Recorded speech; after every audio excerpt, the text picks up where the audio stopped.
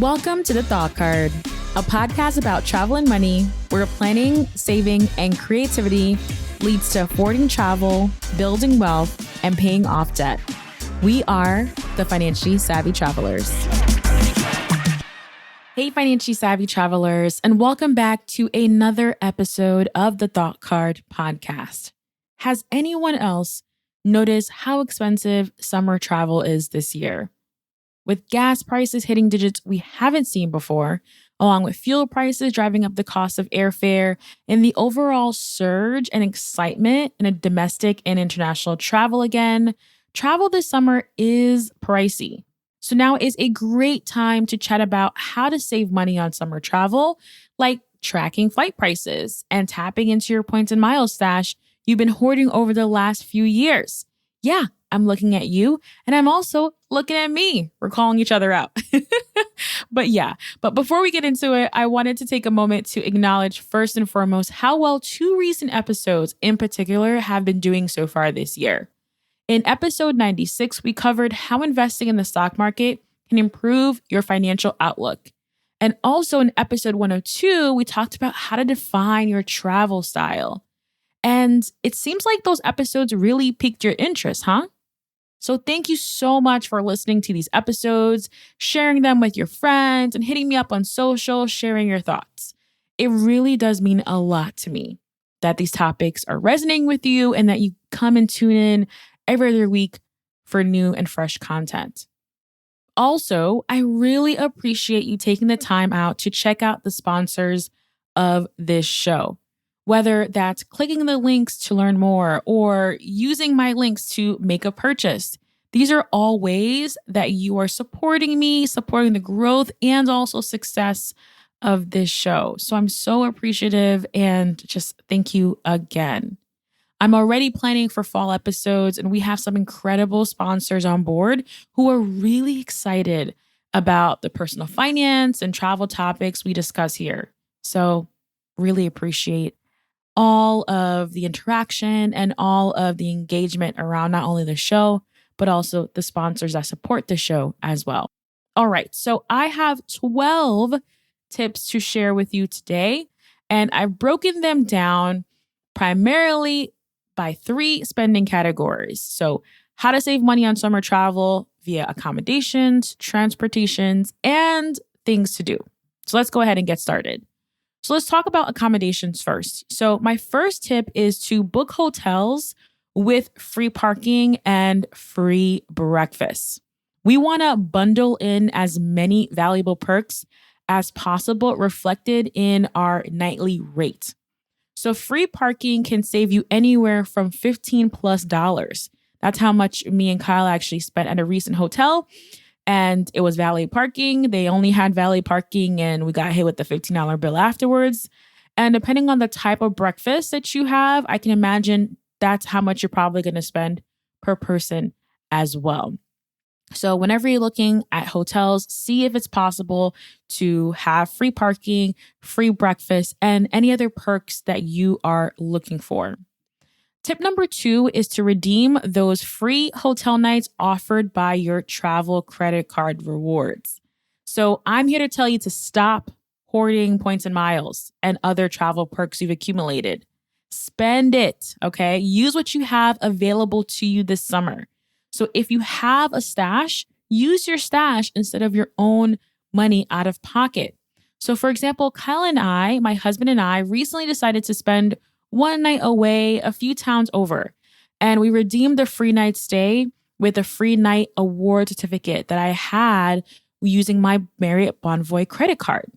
So here's the thing. We didn't wait for the perfect extravagant trip to use our perks. We booked it and had a wonderful time even exploring nearby. So of course, I would love to redeem that free night stay at an amazing resort in Hawaii with my hubby during our honeymoon, but that trip isn't feasible right now for us. So instead, we use what we have. So use your rewards and stop looking for the perfect scenario to cash them in. The whole point of accumulating points and miles is to use it towards travel expenses, right? So as travel expenses are getting a lot more expensive, now is a time. Now is a time to use it and free up some of the cash that we may need for other things down the road. In addition to redeeming those free hotel nights, don't forget about using those credit cards to actually reimburse you for travel purchases or erasing different travel purchases. So, for example, the Capital One Venture card that I have allows me to get reimbursed for travel expenses. And I'm going to make sure I'm doing that this summer and beyond. So, use what you have. And at some point, you need to stop hoarding and go out there and travel and use what you have to make that financially possible. Tip number 3 is similar, is to use your points and miles to pay for flights and hotels fully or partially. So yes, you can absolutely use your points and miles to take care fully for a flight, fully for a hotel or different travel experiences, but you can also use it to partially pay, to partially offset the costs as well. Now, I don't want to encourage you to be wasteful. If there's an opportunity and you're looking at it and it doesn't make sense, like they're asking for so many points and miles to redeem and it just doesn't make financial sense, okay, I understand that. But I think a lot of us are looking for the perfect travel scenario. We want to use this to go to a X destination, which may not be feasible right now. So we're just kind of waiting and waiting and waiting and waiting. So stop waiting for the perfect setup, the perfect scenario to cash your points and miles in and to have some of these costs alleviated this summer. All right, so we're going to be moving now into the transportation section of this episode, and I have some more tips for you here as well. So tip number 4 is to use an aggregator like Google Flights to compare prices and track price fluctuations. So Google Flights is a tool that I use. I really like that you can track flight prices using Google Flights and you get email updates and alerts when the price changes. So if the price ends up dropping, you know, okay, this is on sale. This is a lot cheaper. So let's go ahead and book right now. So I really do think this is a great opportunity using Google Flights and or other platforms that have a tracking ability to kind of stay in the know and find those discounts as soon as they happen. Tip number 5 is if you do see a cheap flight this summer, perhaps when you're using Thrifty Traveler Premium, book them quickly. Deals are selling out so fast this summer. And if you're wondering what Thrifty Traveler Premium is all about, well, Thrifty Traveler Premium notifies you when a great deal pops up. So if you haven't yet, I definitely recommend subscribing to Thrifty Traveler Premium to stay in the know. If you want to learn more about finding cheap flights, then listen to episode 70, where I chatted with the CEO and founder, Jared Kimrowski of Thrifty Traveler, who shared how to find the best flight deals and why Thrifty Traveler Premium is worth the annual subscription. Tip number 6 is to search for flights from multiple nearby airports. I tend to actually forget this tip sometimes because I have go-to airports that I really like and prefer. But if you expand your search parameters a bit, you may save. So for example, I'm based in Connecticut, USA, and I have actually 4 different airports nearby to me. I have JFK, I have LaGuardia in New York City, I have Bradley Airport in Hartford, and I also have the Westchester County Airport. So I have actually 4 airports. And then I also have Boston if I wanted to kind of expand that out. So instead of only looking at my go-to airport, consider also looking out at the other airports nearby. Now, of course, there are some cons. If you have a nearby airport, maybe that's 30, 40 an hour away, and then you are finding a bargain at an airport that's 2 hours away, you're going to have to really think, is it worth it at that point? So that, again, is something to consider. But overall, I think opening up our search parameters will definitely help us to consider saving a bit more this summer. Tip number 7 is to pack light. I've heard so many horror stories this summer about luggage getting lost and just flight delays and all of this other stuff happening this summer. And this is just a good reminder to pack light so you could avoid wasting a lot of time at baggage claim when you land wherever you're landing. So I actually really am loving Knack bags. They're slim and multi-purpose, lightweight backpack that packs like a suitcase. So when you use the promo code TTC at checkout, you'll also get a free TSA approved lock with purchase. In the show notes, I will have a link to how I have been packing my Knack bags and how I've been using it for some smaller local adventures nearby. So packing light, having a carry-on only when you're flying just makes a lot of sense, and it just keeps your costs down as well. All right, so we're moving now into the things to do section, or the more general section of just ideas I had when it comes to saving money on summer travel this year. So another idea, tip number 8, is to spend less days/nights away from home. So I first discovered this in Iceland because Iceland is a pricey destination, but literally one of the top places that I highly recommend going to in the world, one of my top 3 destinations. But to be honest and fair, it is pricey.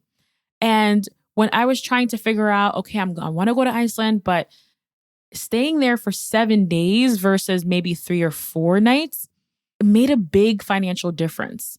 So this is where I discovered this, and I want to share that with you, is that sometimes in order to save some money, we'll have to cut our trips a little bit shorter. So consider spending less days and nights away from home as a way to mitigate those costs. Tip number 9 is to pick a locale closer to home overall. And you can do this by avoiding flying and or driving because we know how expensive gas is these days. I do see that train travel is on the rise. Amtrak recently announced a New York City to Burlington, Vermont service for the first time since 1953. And I am so excited because y'all know me. I love me some Vermont. And I'm just excited that now it's going to be easier to get to different cities across the state because of this connection, because of this train service. So if you're curious, New York City to Burlington, Vermont is approximately a 7.5-hour train trip, and fares start under $100. So this tip has like a 2-parter. So picking a locale closer to home, avoiding flying and driving, but also consider train travel as an alternative as well. So I'm very, very excited about this Amtrak service, and you will be seeing me. You will be seeing me more and more in Vermont these days. Tip number 10 is to prioritize free things to do.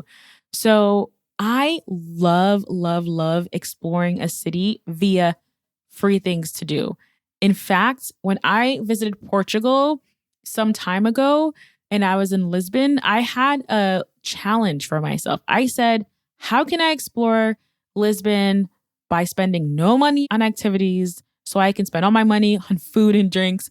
Because the food was just amazing and the drinks in Lisbon were just amazing. So I had this challenge for myself, and I found that I could do so many things across the city for free. So some ideas in terms of things to do for free, including checking out if there's any free nights at the museums, or sometimes they have free first Sundays of the month. So check out the tourism board's website to see what special deals that they have or things that may be a little bit hard to find out. I really like the tourism boards for this kind of information like that. Also, for example, in Connecticut, kids can go to the museums free this summer, accompanied by one Connecticut resident adult. So for us living in the state, we are so excited about this because we're like, hey, we could really explore with our family and take advantage of just being able to visit all these different places without coming out of pocket for it. So I'm very excited. So just be on the lookout for deals like that, free museums and free offers that your city or destination may have. Again, hiking is one of my favorite free activities and things to do. Great way to get outdoors and experience with nature, reconnect with nature. So hiking, if your destination has great hiking trails, that may be something to do. I also wanted to also point you to self-paced walking tours, like audio walking tours, perfect for slow looking and roaming, offered by Gesso, currently available in New York City, Florence, Rome, and Venice. If you're on a tight budget, there are some free tours to get you started, as well as paid ones. So if you're looking for a self-paced audio walking tour, check out Gesso via the link in the show notes. So again, I definitely recommend prioritizing free activities and free things to do at a destination so you can spend less and free up your funds for other things. Tip number 11 is to visit local grocery stores and stock up on snacks, drinks, and buy pre-made foods like sandwiches and salads, etc. So this is a great opportunity for you to keep your costs low by eating out less and having some snacks and having some low-cost foods on hand by going to the local grocery store. So late last year, I was visiting a small town in Vermont with a friend. We did like a DIY riding retreat and we visited the local grocery store. We got snacks. Made sure we had our drinks. Got sandwiches and things like that to just allow us to kind of save money on lunch in particular. And at dinner, we were able to like go to a fancy restaurant and it just allowed us to save some money overall. And then my last tip for you, my last of the episode is to BYOB, which is bring your own bottle with you.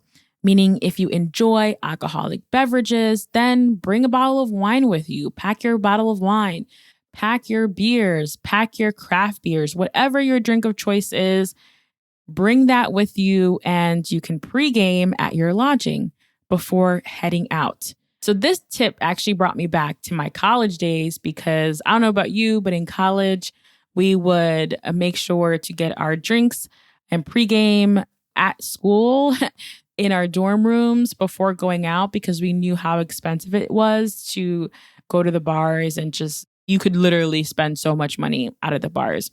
So this is a good option and opportunity. This is something that we do all the time, especially when we're going out to Airbnbs. We have a corkscrew just in our backpack with us. And all we have to do is just pop in any drink of our choice so that we have something to enjoy while we're at accommodation.